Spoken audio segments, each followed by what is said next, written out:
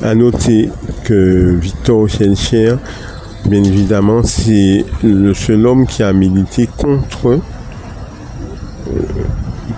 réellement, approuvé bien sûr en résidence avec Napoléon et Joséphine, avec de longues discussions bien sûr, et qui a lutté en homme réel contre l'esclavage.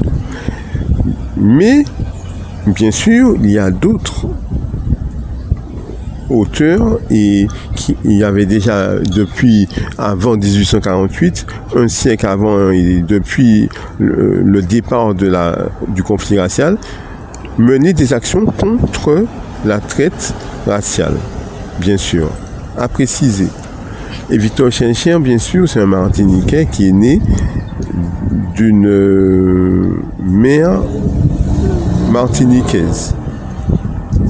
Évidemment, il est issu du mariage du blanc et du noir, comme ça décrit dans certains morceaux de France Gall.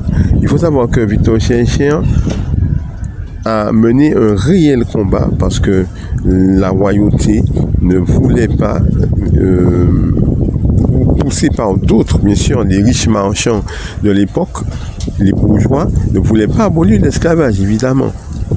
Ce n'était pas reconnu d'utilité, de nécessité vitale et reconnu comme bien sûr une monstruosité terrestre, inhumain.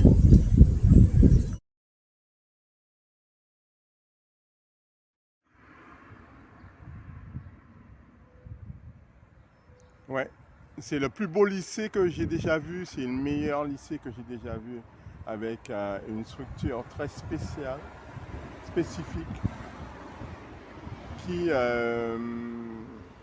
est aussi une structure contre anti-intempéries terrestres et aériens, climatiques bien sûr, ou de géophysique d'exception.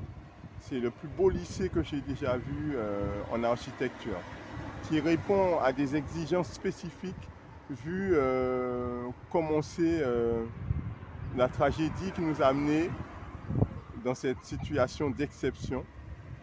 Donc il a des structures secrètes et bien sûr qui renferment bien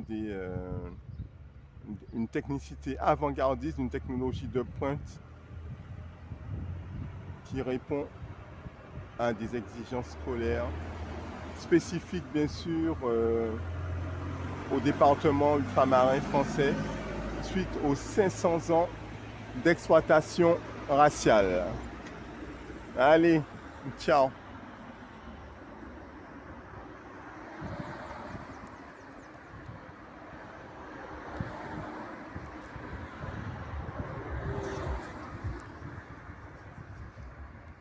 Comme certains l'ont remarqué, c'est le lycée Victor Schœlcher.